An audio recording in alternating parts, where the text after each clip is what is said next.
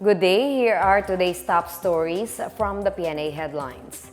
The Philippine Coast Guard continues to monitor the country's exclusive economic zone amid the presence of Chinese vessels. The 44-meter multi-role and response vessel BRP Suluan has relieved BRP Gabriela Silang to patrol the coast of Zambales. In a post over X on Tuesday, PCG's spokesperson for the West Philippine Sea, Commodore J. Tariela said CCG 3304 has been operating illegally off the coast of Zambales province at an average distance of 60 to 70 nautical miles. He said that this morning, CCG 3304 was replaced by another Chinese vessel with bow number 3103. Tariela said BRP Suluan is preventing CCG 3013 from approaching the Zambales coastline. The PCG also released a video clip showing Coast Guard personnel radio challenging CCG 3103. Meanwhile, the monster ship CCG 5901 remains within the country's EEZ, 113 nautical miles off Zambales and about 90 nautical miles from Bajo de Masinloc. Tariela said the Philippine Coast Guard remains committed to safeguarding the country's maritime interests and upholding international law without escalating tensions. The Department of Budget and Management has noted several ways to address deficiencies in the budget of various government agencies for 2025. In a statement, the DBM clarified the instruction of President Ferdinand R. Marcos Jr. to ensure sufficient funding of legacy projects and programs which were affected by changes made by Congress in the 2025 national budget.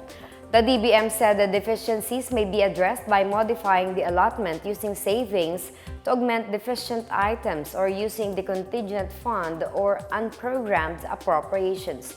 The DBM said an agency's available allotments can be declared as savings, but using them would be subject to the rules on augmentation. It said the contingent fund may be tapped to fund new or urgent programs of government agencies, government-owned or controlled corporations, and local government units set for the year. Meanwhile, infrastructure and social programs under SAGIP may be covered by unprogrammed appropriations. The DBM further clarified that measures to adjust funds shall strictly adhere to budgeting, accounting, and auditing regulations. In a cabinet meeting on January 7, President Marcos ordered the review of the programs that were defunded by Congress, particularly those critical to the administration's socio-economic program. President Ferdinand R. Marcos Jr. has called on the government and key stakeholders to prioritize the development of the country's semiconductor and electronics industry. In a meeting with the Private Sector Advisory Council, Education and Jobs Sector Group at the Malacanang Palace on Tuesday, Marcos highlighted the need to focus on the semiconductor industry, citing its significant economic benefits for the country. The president said new proposals concerning the industry include granting incentives to semiconductor locators, similar to those extended to other industries through the Create or Corporate Recovery and Tax Incentives for Enterprises Act. Another recommendation was the creation of a National Education and Workforce Development Plan, which was supported by the president. He said unlike other industries such as car manufacturing, the semiconductor industry is not specifically covered by the Create More law. Earlier, the PSAC EJSG recommended the review on the implementing rules and regulations of the Create More law to include the semiconductor sector. In other news, the National Irrigation Administration is asking local government units to help sell BBM or Bagong Bayaning Magsasaka rice to more consumers. In a Bagong Pilipinas Ngayon briefing, NIA Administrator Eduardo Guillen said Filipinos are interested in availing of the cheaper BBM rice. However, he noted that the NIA is short-staffed and not mandated to sell rice. He said BBM rice can instead be sold in public markets through local cooperatives. The BBM rice is sold at 29 pesos per kilo to senior citizens, persons with disabilities, solo parents, and Pantawid Pamilyang Pilipino program beneficiaries.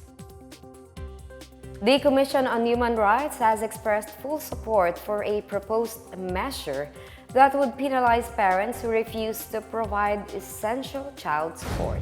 In a statement, the CHR said House Bill 8987 seeks to penalize parents who fail to support their children's education, food, clothing, and other basic needs. The CHR reminded that parents have a fundamental responsibility to ensure the welfare of their children. It said that by imposing penalties on parents who neglect their obligations, the bill safeguards children's rights and fosters a culture of accountability and responsible parenting. The CHR also acknowledged lawmakers' commitment to advancing children's welfare as mandated by the Constitution. The House Committee on the Welfare of Children on Monday approved House Bill 8987, also known as an act ensuring child support and penalizing parental refusal or neglect thereof. Principal author of the bill, House Deputy Majority Leader and ACT CIS Party List Representative Erwin Tulfo, stressed the need for the law to have teeth against irresponsible parents who consistently refuse child support.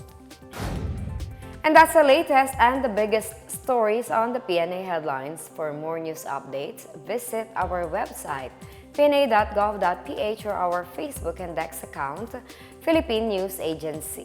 The Pna Headlines is also streamed via the Servicio Facebook page. You may also watch the Pna Headlines through the Philippine News Agency's YouTube account and via the News and Information Bureau website under PNA News. I am Marita Muahe. This is the Pna Headlines, bringing stories that unite the nation.